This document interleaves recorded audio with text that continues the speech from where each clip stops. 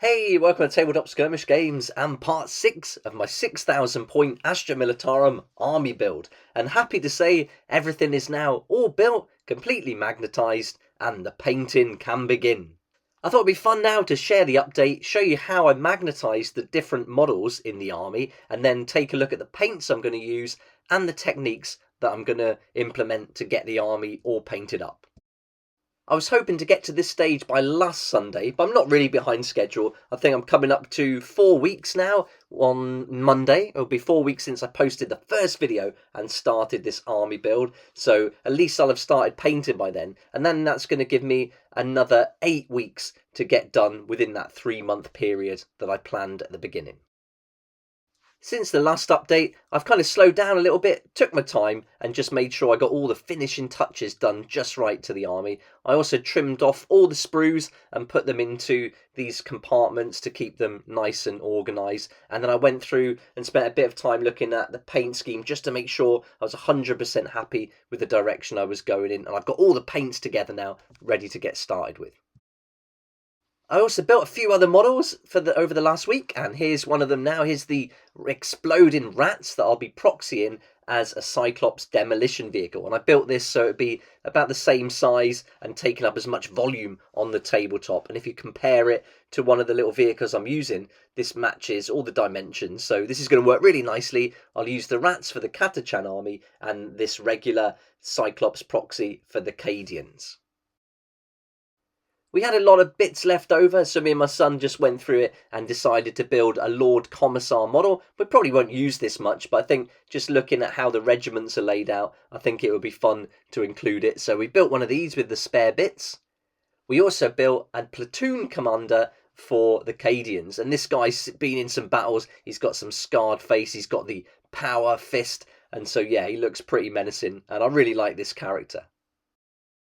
We also built this guy, and I know he looks like he's on the toilet, but he really isn't. This is going to be the officer of the fleet, and I'll make him work with the Tempestus Scions. I don't really like the officer of the fleet and the Master of Ordnance models that you can buy, the metal ones, so I wanted to build a different version. And again, I'm probably not going to use this model much in the army builds that I'm going to do, but it's nice to have the option.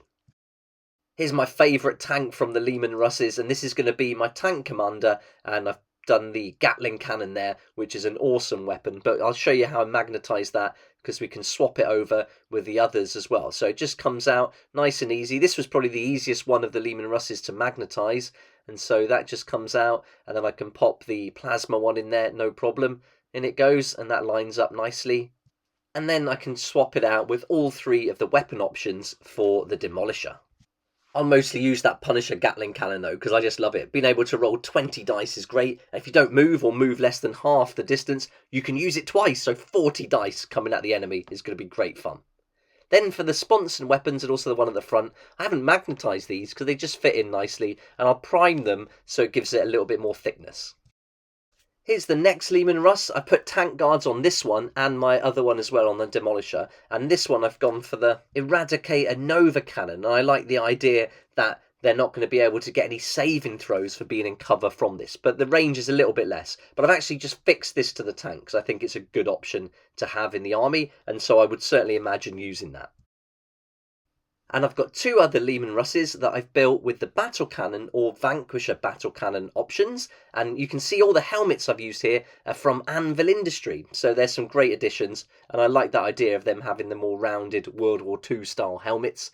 And these are going to be in the jungle theme mainly. So I think that fits in really nicely. But that's how I just swapped the 2 cannons over.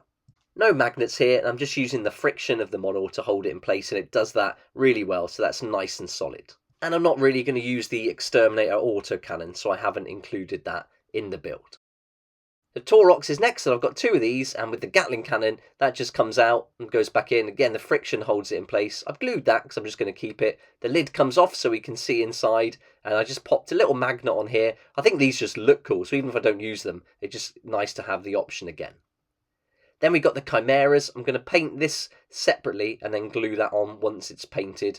But you can see this is armed with the heavy stubber. It's got the lasgun array at the back there, and I've kept those loose. My son likes to move them around. I've put tank track guards on this one, and that's going to help. And then the heavy bolter at the front can be removed. There's a tiny little magnet in there and on the bolter, so I can swap that over for the multi-laser if I want to. But I'll probably use the heavy bolter most of the time.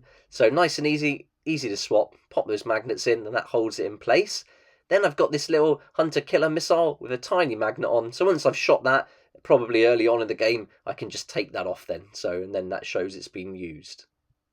And then as we spin it around, you can see I haven't glued this door shut, so we can open it up. Then I can grab a little Cyclops demolition vehicle, and then that can drive in and be transported. Takes up the space of 6 infantry, but really fun to pop it in there and deliver that to the enemy. For the weapons in the front here, I did something completely different. I just glued some foam to them, and then I wondered if that would work, and the friction of the foam really holds it in place. Well, you just wiggle it in like that, push it in, and that's on solid now. That's not going anywhere. And so rather than fiddling around with magnets and glue, which I'm not a big fan of, to be fair, I think this works really nicely. So I've done that with all of the weapons across all the tanks, and then I can swap them around nice and easily. So it's probably not the ideal solution, but it works for me. And you can see on here they've got the same. So I've done 2 Chimeras, done some different poses so they stand out a little bit different from each other, but both have got the heavy stubbers and pretty much every other weapon on them. I messed up the filming a little bit here, but basically for the Hellhound, I've just magnetised the weapons on the front turret, and you can just take them off and replace them. So they've got all 3 options, and the foam for those other weapons in the front. Next we've got the Sentinels. I built the Scout ones. Now these have got loads of options for weapons, which I think is really fun, and I can't wait to get playing these. But I've magnetised both of them exactly the same, so let's just take a look at one of them. First up is the Hunter-Killer Missile. That just magnetises there. You can shoot it, take it off once it's been used, because you can only use it once per game. Then it's got a beast of a chainsword, and that's got a magnet in there. Pretty decent sized magnet as well.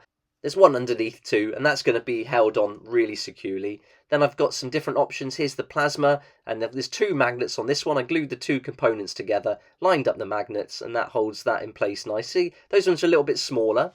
And then I've done that with every single weapon. We'll just move the camera along in a second, and you can have a look at all the different ones.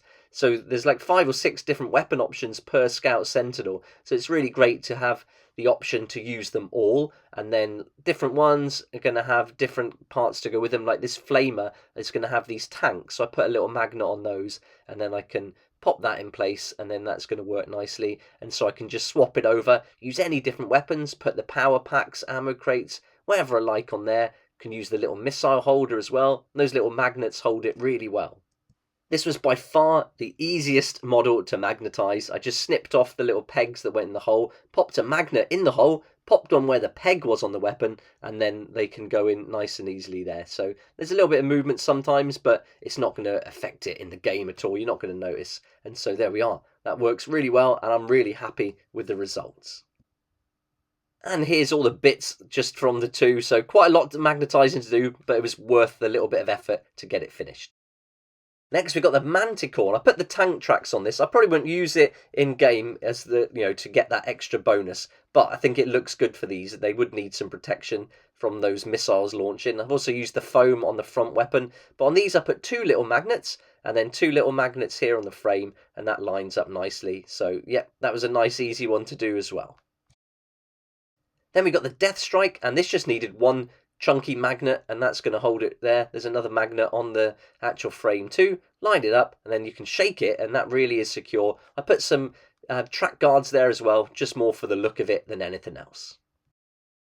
Now we've got the Hydra, and I've got 2 of these that I've done exactly the same way, but I'll mostly be using this as the Wyvern. I prefer the mortar option. So with these, I haven't magnetised it or spent too much time on it, because I don't think I'll be using it much. So I've basically just glued a round piece of sprue from that Swift boat that I showed you in a previous video, and then that just pops in and holds it loosely in place. And so if I do find I use it a lot, I'll go back and I'll do something a bit more permanent, but this is going to work for now, because yeah, I'm going to use it mostly as the Wyvern. You may have saw the Bane Blade. I did a separate video for that. That's all magnetised, but in the past week I've worked just getting the crew how I wanted them, and so yeah, they're all glued in place now and ready for battle as well. Most of the sprues I also trimmed down, snipped them all off, and I've popped them in these containers to keep it all organised, ready for other things I build, like the armoury and things like that, once I start doing all the terrain. Also great to have all this if I want to do some kit bashing later on. So I've just organised it with a box of different infantry for Catachan and Cadians. And here I've got another one with the heavy weapons teams and some more specialised pieces. And so that's going to be really easy to locate all the different pieces now when I want to put some of the other bits together. Then here I've got all the different Lehman Russ tank parts. So they're all organised for the different tanks. So they're all in one place and then I can just swap them over. But these are going to go into some kind of armoury later on, which I can't wait to build. That's going to be really fun. And then here's all the spare bits from all the different tanks, just in case I want to do something with those too. That brings us on to the painting. I can't wait to get started, and I'm going to be using this Infinity airbrush for most of the painting, and I'll be doing a how to airbrush series on the channel as well. I think as I learn it, the great way to learn something is to teach it, so I'll be putting together a little series going through all the steps of taking it apart, cleaning it, practicing the different techniques, and then using surface primers and paints like this one, which I'm going to use for the tanks, the UK Bronze Green from Vallejo, and I'm also going to use this Desert Tan for a lot of the miniatures as well. I've picked out the main colours I want for the camouflage too. So one I'll be using is this sand, ivory sand from Vallejo Model Air. And then the next one is the light green. Again, all Model Air I'm going for from Vallejo. So this is the 71.137. Now I bought 4 of these because I want to make sure I've got enough paint. And if I want to do models in the future, I want to make sure I've got exactly the same colour. Then I've gone for this one, is the Russian green. This is a darker one. And that's going to be 71.281. And again, I got 4 of those just to make sure I had plenty. I've got myself armed with loads of blue tack to do the tanks with. I'm going to be batch painting, so I want to be doing them, quite a few at the same time. Not all of them at the same time, but quite a few. And then I got this thick mud acrylic from Vallejo. I love these different ranges they do, so I'm looking forward to trying this one for the tracks and dioramas. I've got my reference guides all ready, and so the next few days now will begin the painting. So I'll be working through getting a lot of it primed, and then I might do one right through just to see what it will look like when it's finished. So by the time I do a video, maybe on Monday or Tuesday, I may have a tank completely done. So that'll be really exciting, and hopefully I can share that with you too. There we go, that's the army update so far, nearly 4 weeks into the challenge. It's all built, all magnetised, and painting will begin, so I'm really happy, and I've got to say I'm pretty excited to get started on the painting and learn how to use this airbrush. So yeah, really looking forward to that, and looking forward to doing the how to airbrush series as well, and share that here on the channel. I hope you enjoyed seeing the progress so far, and thanks so much for following along with the series. It's really great to read your comments and receive your feedback and your tips as well. And so yeah, please continue with that. It's really awesome and it really spurs me on to keep going. So thanks so much. If you liked the video, please hit the like button, subscribe for more videos like this, and don't forget to hit the notification bell to join me next time on Tabletop Skirmish Games. I'd like to say a huge thank you to my Patreon supporters who make these daily videos possible, and if you're interested in joining the community, it'd be awesome to see you there, and I'll put a link for that in the description down below.